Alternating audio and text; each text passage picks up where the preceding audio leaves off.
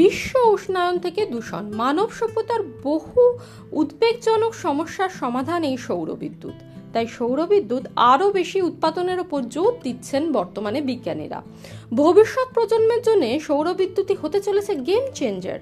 তাই সৌরশক্তির সঞ্চয় ক্ষমতা বাড়ানোর দিকে নজর রেখে একটি অভিনব মডেল তৈরি করেছেন বিপি পোদ্দার ইনস্টিটিউট অফ ম্যানেজমেন্টের ছাত্রছাত্রী ও প্রফেসররা।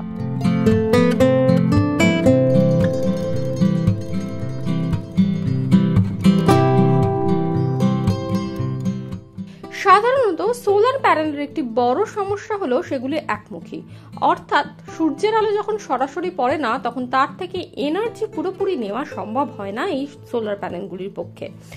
বর্তমান সময়ে যে ধরনের সোলার প্যানেল ব্যবহার করা হয় তাতে দিনের শুরুতে পুরোপুরি সূর্যের আলো গ্রহণ করা গেলেও দুপুরের পর থেকে সেই প্যানেলগুলি আর ভালো করে আলোক শক্তি পায় না। এতে অনেক এনার্জি নষ্ট হয়। যেখানে দিনভর সূর্যের আলো থাকে সেখানে দুপুরের পর সূর্যালোক থেকে কোনো এনার্জি নিতে পারে না এই প্যানেলগুলি। এই ত্রুটিকেই শুধরে সোলার প্যানেলে বড় পরিবর্তন এনেছেন এই পড়ুয়ারা।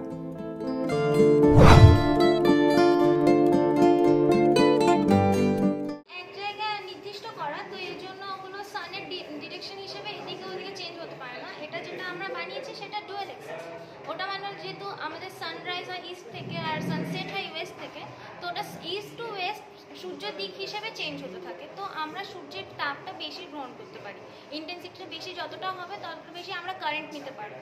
তো নর্মাল সোলার প্যানেল থেকে এটা বেটার এই জন্যই কারণ কি নর্মাল সোলার প্যানেল আমাদেরকে 23% মতো একটা দক্ষতা দিতে পারে, কিন্তু যেটা ডুয়াল অ্যাক্সিস যে আর্ডিনো উনো বেস ওটা আমাদেরকে দিতে পারে আমাদের 68.95% দক্ষতা। তো এই জন্য আমরা কারেন্টও বেশি করতে পারি। এই জন্য বিষয়টা হচ্ছে যে সূর্য আমরা সবাই জানি সূর্য পূর্ব দিকে ওঠে, পশ্চিম দিকে অস্ত যায়।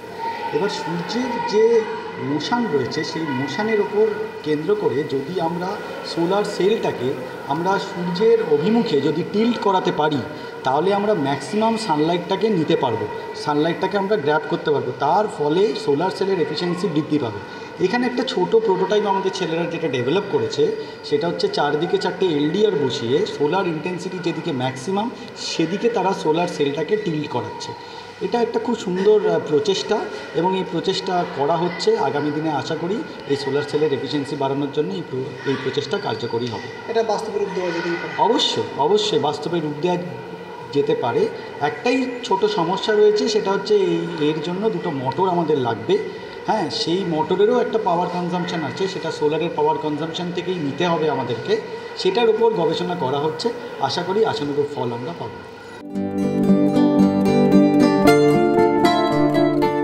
মূলত কি দিয়ে তৈরি করা হয়েছে? এটা মূলত হয়েছে হলো যে সিলিকন বেস সোলার প্যানেলস দিয়ে এলডিআর যেটা হলো যে লাইট ডিটেক্টিং রেজিস্টার, আর এটার নিচে আমরা যদি দেখি তাহলে দেখবো আমরা যে ডিসি মোটর যেটার জন্য এটা এদিকে চেঞ্জ হচ্ছে ডাইরেকশনটা, আর এটা হচ্ছে আর্ডিনো উনো যেটা প্রসেসর বোর্ড যেটা দিয়ে হচ্ছে ডাইরেকশনটা দিচ্ছে, যে মানে ইন্টেন্সিটি এদিকে বেশি তো এদিকে ঘোরো কারণ কি মোটর তো চলতে পারবে না তারপর। কিন্তু যেহেতু এটা প্রোটোটাইপ তো এটা আমরা ড্রাইভ দিয়ে চালাচ্ছি, এটাই আর কিছু না। শিক্ষার্থীদের উদ্ভাবন করা এই সোলার ট্র্যাকার মুভমেন্ট প্রযুক্তিতে একই ডিভাইস দিয়ে অধিক সময় শক্তি সঞ্চয় করা সম্ভব। অর্থাৎ দিনভর সূর্যের আলো যতক্ষণ থাকবে ততক্ষণ এই প্যানেলগুলি সূর্যের আলো থেকে শক্তি সঞ্চয় করতে পারবে। যদিও এখনো বহু কাজ বাকি, তবু স্বাভাবিকভাবে এটি বাস্তবায়িত হলে বহু সমস্যার সমাধান হবে তা নিশ্চিত।